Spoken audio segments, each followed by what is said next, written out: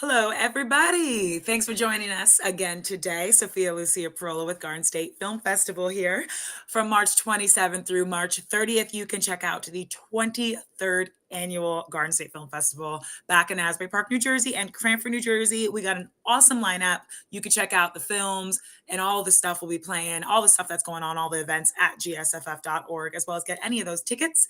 And today I am here talking with another great film. It is a short film called Sorority Court. And here to talk with me is the writer and director of the film, Emily Draper, and the producer and lead, Mia Rose Kavinsky. Hello. Hello, so excited to be here. Yes, I'm so very excited that I get to talk to you guys. Congratulations on making a film and your acceptance to Garden State Film Festival. Thank So, you. yes, before we get into it, Emily, you're the writer-director. So can you tell everybody a little bit about Sorority Court? What a little synopsis about what they can see.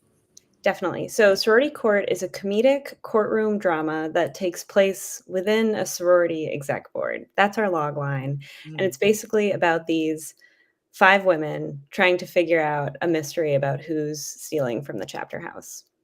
Yes. Oh, I love it. I love how people tell stories. Like I love the stories and the inspiration, but the how is so cool and unique and really makes every film stand out. And that's what like makes this film stand out, like a sorority courtroom drama. What was the inspiration, Emily, for not only the story, but like the how? Definitely. So it's very, very loosely based on my own sorority experience. Mia is a former sorority woman as well. It is loosely based on a true story of theft happening in the chapter house, but the biggest difference is that the main character in our story really has a lot of power and a lot of agency. She's the former president of the sorority. So it's a lot about the political power play between this former president, the new president, and the chapter advisor from Nationals and how they clash. Mia Rose, you were the producer and the lead. And Yes. like Emily said, you were former sorority or maybe present sorority. No, Talk to me no, about, no, former. I'm okay. also. Talk to me about how you joined the project. How did you become the lead? How did you become producer? How did you and Emily come together? Yeah, so we actually met through one of the other actors in the film, Carolyn King. And Carolyn was involved in the table read with Emily from working on a previous project, and Emily was searching around for producers. And Carolyn and I are creative partners, so we had just actually made our own short. So Emily reached out to Carolyn asking if she needed a producer. And Carolyn was like, no, but I think my friend Mia might be interested. So Emily and I got coffee, we talked, we bonded about our traumatic sorority experiences, but also our positive sorority experiences. And the casting process, I asked if she had anyone in mind for Katie because as an actor, I really related to somebody who was in a sorority and struggled with the power dynamics in a house and really related to her. And so we just had some conversations about the character and we felt it was a good fit. I love that. I was going to ask, like, how did you get involved as playing the lead too? So you kind of read her and like related to that character and pitched yourself a little bit. Yeah. So I got brought on as a producer, but then Yeah, it was a good fit for love it. acting as well. Yes. Mia's vibes were perfect. It was a no-brainer. Emily, did you cast this as well? Did you have a casting director? How'd you come up with, Mia was a perfect fit for that and the rest of the cast? Yeah, we worked with an amazing casting director named Allison Twardziak, and she got us in touch with Sarah Coffey and Kuhu Verma, who are so excellent in it. Lori Lang as well, and Carolyn, Mia mentioned, was also just a great fit for one of the roles. So we brought on Carolyn Kang as well. Talk to me about the other like crew members. Emily, is this your directorial debut? Have we made some films before? This is my directorial debut. Yeah. Congrats. But I'll definitely talk about the crew. Tyler Clark was the DP on this. He's fantastic. I would sing his praises to any other director in the world. And he really brought sort of this, like, I call it sorority gothic mood to the piece. Like, it's quite dark, and you really get the feeling of like the oppressive old sorority culture during the courtroom scenes. And I think he really crushed that. I also want to call out Armani Barone. She was the production designer. And I think the production design we had in mind was so specific. It needed to be like this girly gothic feel. So it had to have like a lot of pink, a lot of magenta, a lot of gold, a lot of sorority letters, but we didn't want it to feel too cutesy. It always had to feel sort of grand, and she did a great job bringing that to life. Oh, that is Anybody so else I'm awesome. forgetting, Mia? Any other amazing? I guess we'll give a shout out to MJ, our Of other course. producer, who, when Emily brought me on as a producer, originally I was the only one, but then when I took on the role of Katie, I kind of said to Emily, I was like, look, like, we need another producer who's going to be all hands on deck when set is actually happening, someone with UPM experience. And so we brought on MJ just from a random crew call on a women's network. And she was a godsend. She did everything. I had no idea if anything went wrong on set. We had a gaffer who ended up calling out sick morning of. She had a gaffer on set within an hour. She was awesome. Is Shout out awesome. to She's 100%. yeah. I mean, We shout out work to with her on our MJ. next project. Yeah, can't sing And MJ's praises enough. I love this, like, women, was it like an all, no, because Tyler was a DP, but we have Tyler like was a DP. very heavy on the women, right? And Very this, heavy on the Yes. women. We had some men on there. We had a great sound guy, great gaffer. Everyone was really great. yeah, Wonderful PAs. We had a really tight crew. Yeah. which is so important. Tight crew, tight cast, tight script. Love it. Emily, you talked, I love hearing like filmmakers like, I wanted the color and the theme is gothic but cutesy, and that's, I love hearing these details. So Mia, you were a producer on this. I know, like, after when you got into it, you were actress and really heavy on that, but talk to me about producing this and getting this together. What are some of the things that were really important that you guys had to do to make Sorority Court happen? Yeah, I guess one of the biggest things was finding a church that looked gothic in New York City on an indie budget. Oh, Because New York City is full of beautiful gothic churches, but you reach out to them and they host Netflix shows and HBO and they're like 10 grand a day, and oof. that was half of our budget, so we clearly couldn't make that work. So from a production standpoint, I think I had a spreadsheet with like 50 churches that I emailed, called, got photos of, and Wow. finally found a church all the way up in, where was it, Harlem? Was it in Washington Harlem? Heights. Washington Yeah. Heights.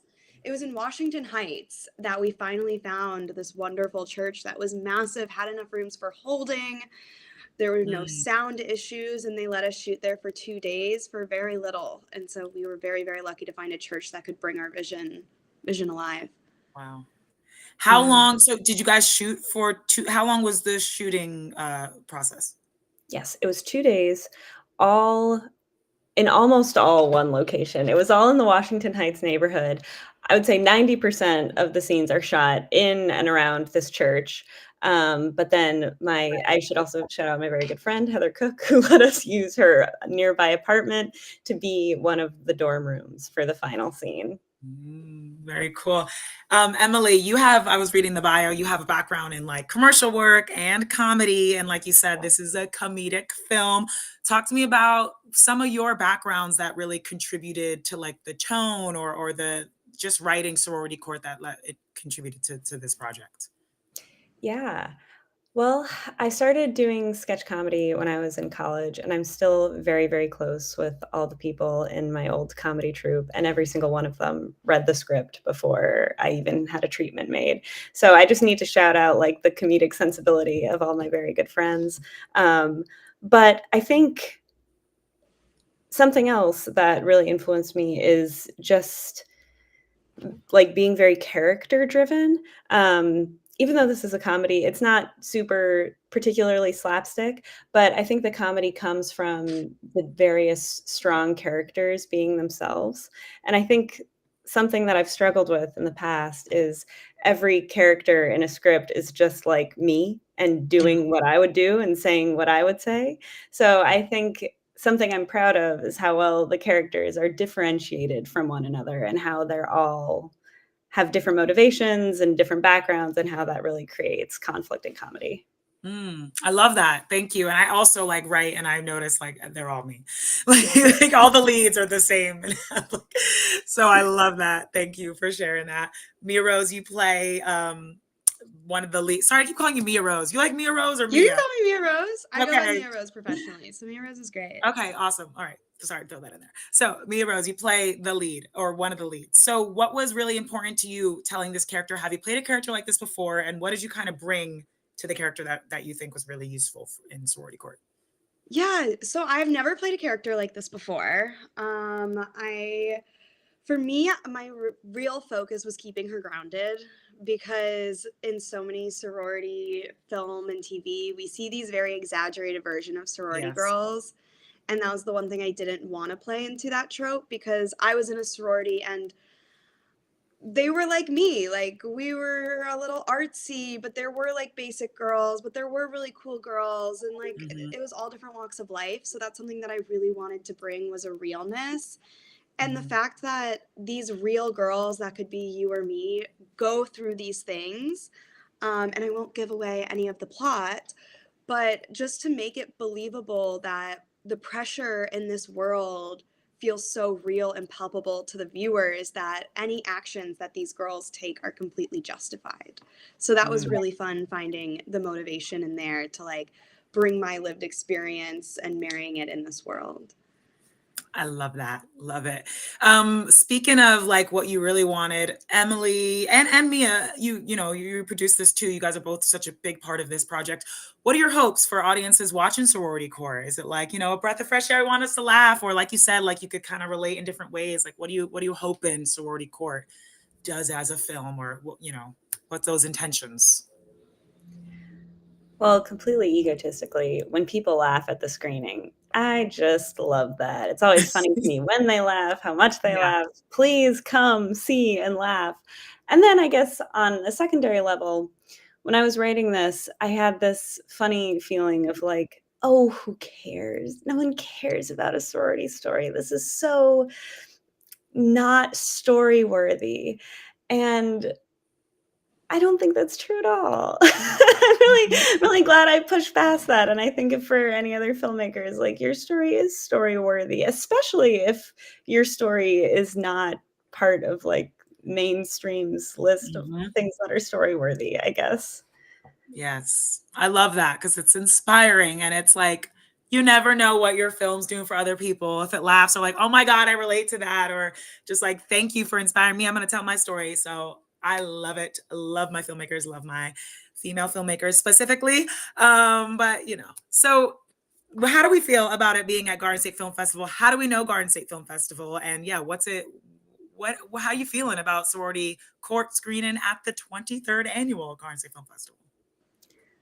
Oh my god. I'll We let our are Jersey so girl talk. Yes, yeah. I'm from New Jersey, so I have that Garden State connection, but, I've also been a Garden State Film Festival stalker for Oh. years, and it was on our radar because, one of MJ's previous films had been featured in Garden State Film Festival, and she was like, "Yes, I've been. It's worth it. It's so fun. You've gotta go." I also just love Asbury Park. I think it's a really cool neighborhood. So we're just so thrilled to be featured with also this like really cool eclectic group of films. Yes. Oh, I love that so much. And what a better place to see Sorority Court than Asbury Lanes. You're saying Asbury Park's great. It is. And Asbury Lanes is awesome. I love the film blocks there. So both of you, thank you so much for taking the time out to talk to me. Congratulations again. And let me tell everyone how you can see it.